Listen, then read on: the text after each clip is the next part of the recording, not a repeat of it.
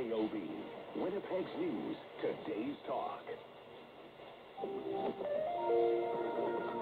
This is Global News. I'm Kareem Judah. A state of emergency in the Northwest Territories has been extended until September 11th, and its premier is sympathizing with those forced from their homes.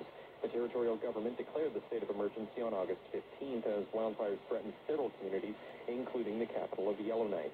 The move was once meant to allow the government to marshal the resources it needed to protect health and safety of residents during an unprecedented wildfire season. Officials said earlier this week that the fire burning outside Yellowknife was being held, but it is still not safe for people to return. Now to the wildfire situation in BC. There's cooler weather forecast for the Shuswap region, but wildfire officials say they aren't totally in the clear yet. Temperatures are falling, and there is even some rain expected for better conditions for firefighters. BC Wildfire Information Officer Mike McCauley. Temperatures should continue to cool and dry. I'm not exactly sure how much precip we've got on the fire. I know we've got some, but nothing of great consequence yet or a big significance, I suppose.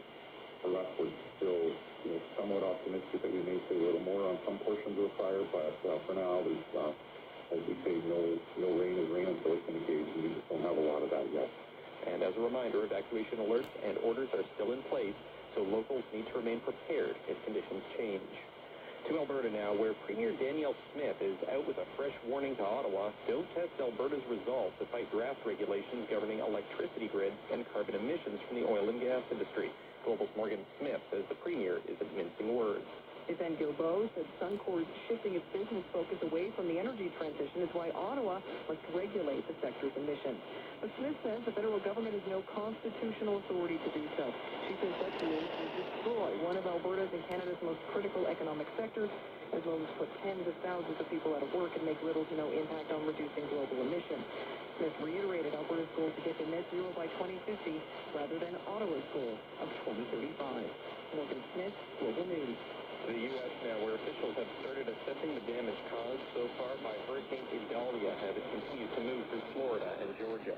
FEMA Administrator Deanne Criswell says her biggest concern for Florida is people who chose not to listen to evacuation orders.